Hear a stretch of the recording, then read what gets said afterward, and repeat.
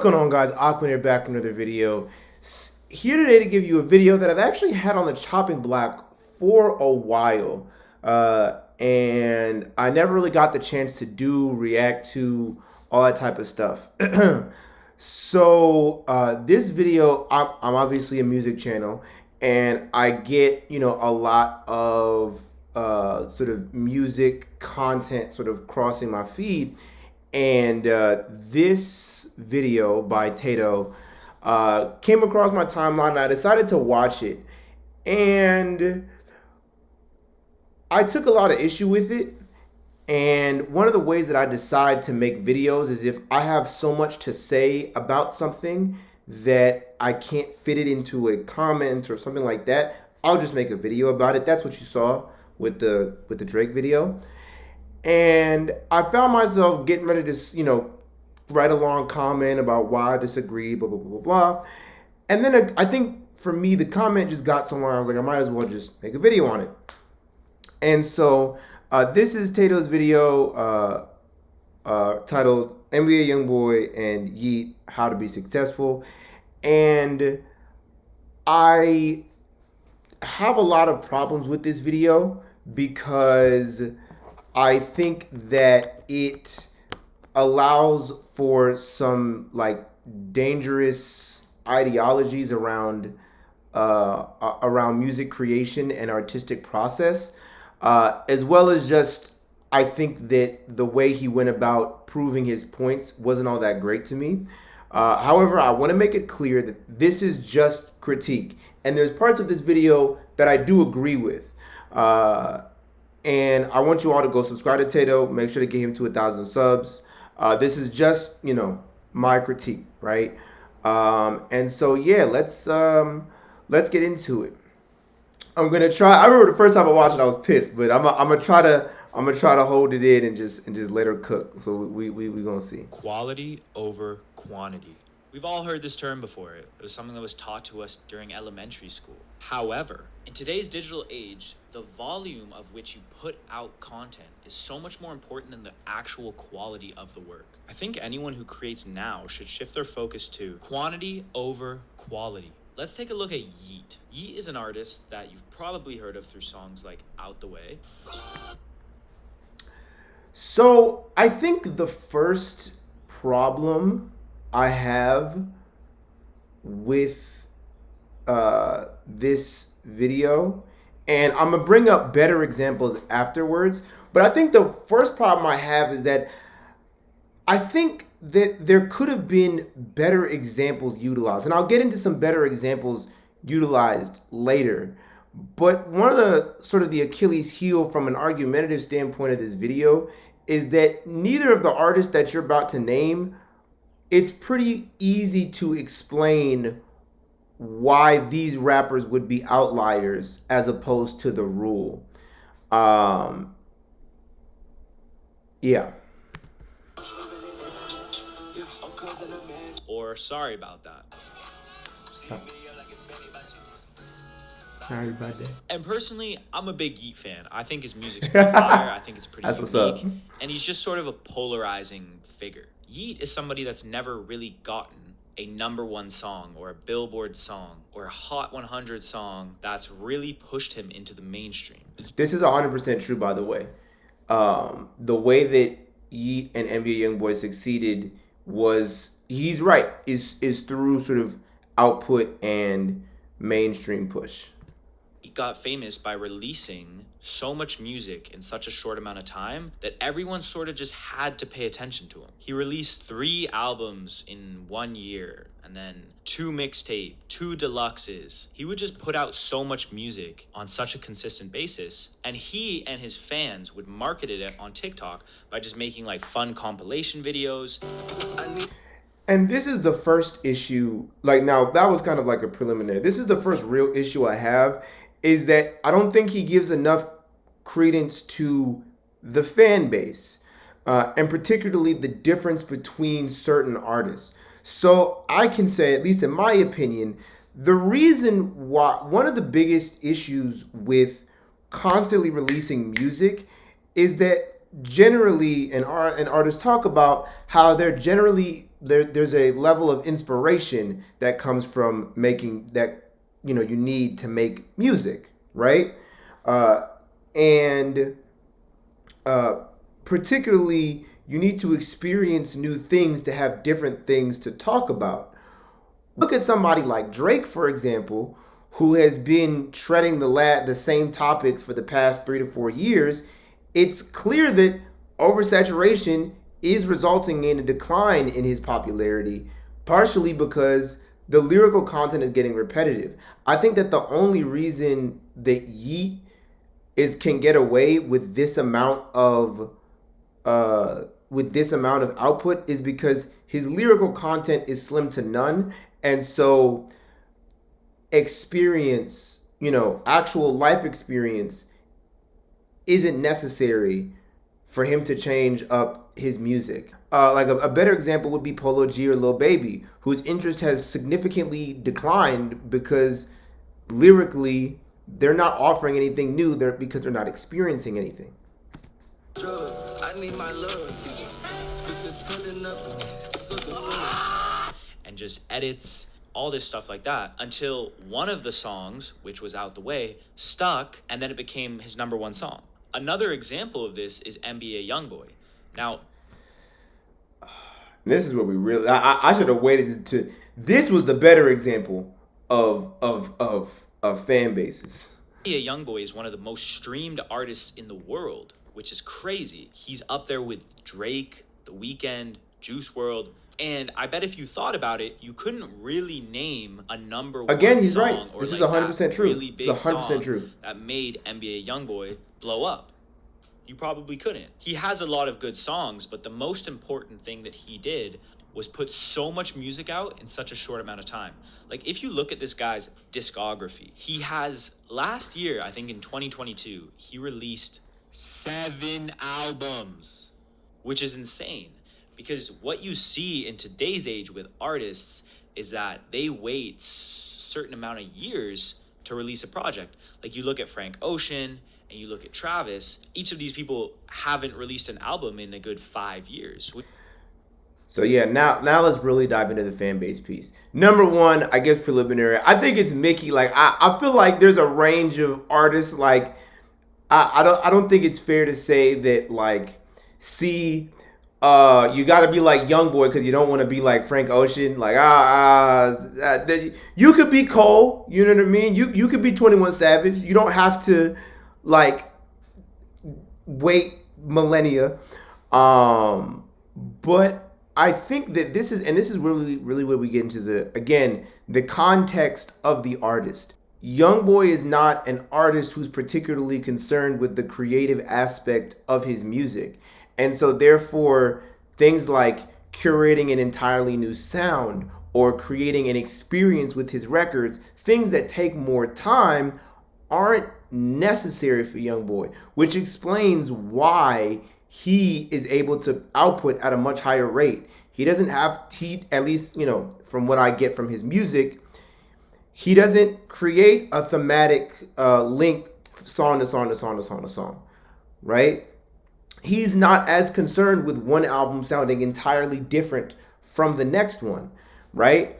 These are things that for artists like Tyler, artists like Travis, artists like Frank Ocean, they do matter.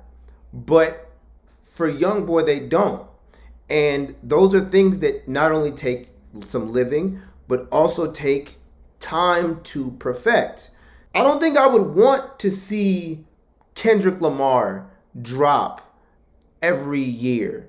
I don't think that would be good for his career. I don't think we would get the highs that we did if we forced him to drop every year. I don't think we definitely don't get a Mr. Morale and the Big Steppers without the weight, right?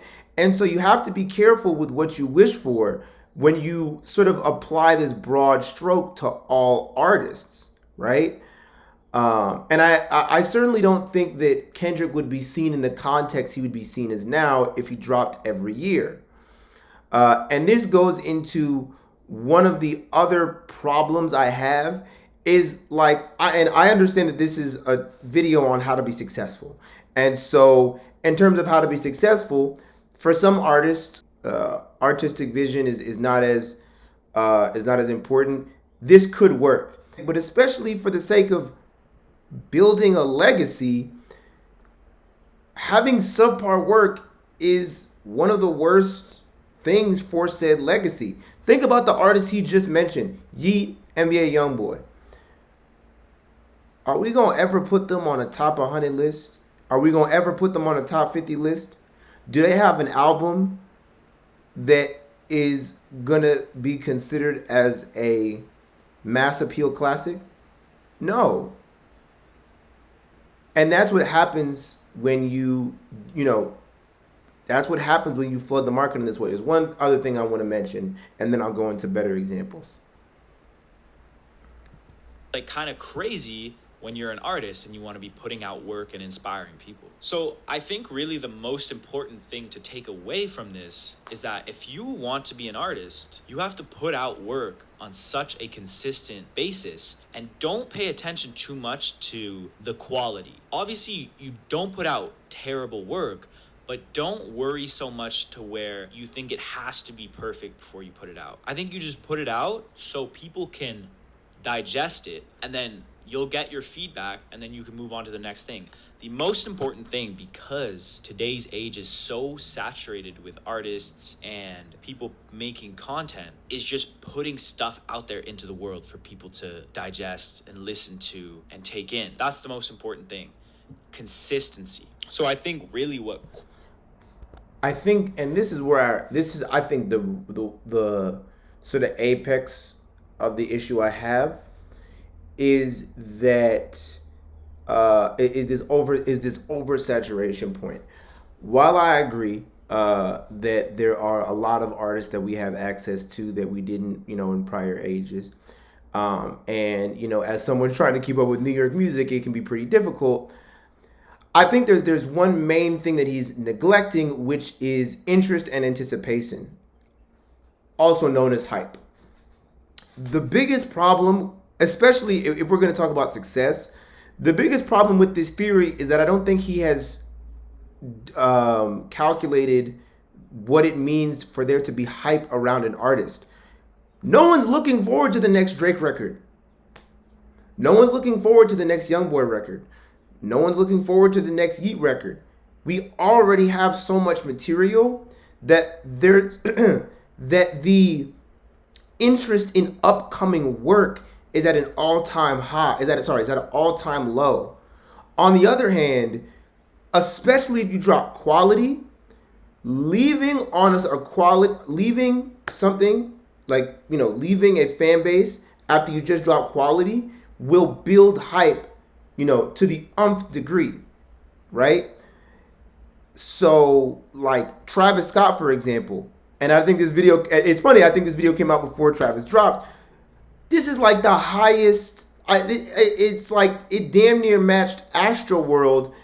It damn near matched the sales of Astroworld with way less mainstream appeal. There were no hooks on Utopia, and somehow it still matched Astroworld in terms of sales. And that's the thing, is that for certain artists, it's about building hype. And that's the thing. And this is when I say that it depends on the artist you're referring to. For somebody like NBA YoungBoy, I don't feel like he's left his fans with something where they would be like, okay, yeah, I'm like, if he doesn't drop for another 3 years, they'd be like, oh yeah, I can't wait for the next YoungBoy. So for YoungBoy, waiting to drop wouldn't work.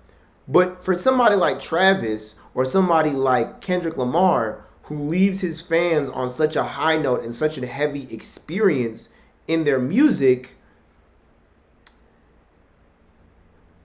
for them, the waiting works in their favor because they build up hype, right? They build up hype.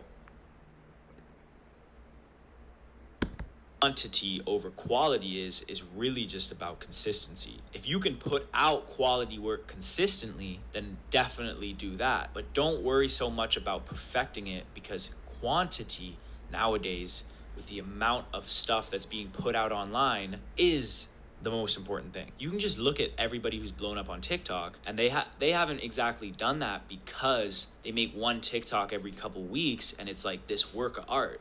They literally just put out random stuff that they make, and then one of them will blow up. And if But you can't compare, like, you can't compare TikTok to music, because people don't consume music the same way that they consume TikTok.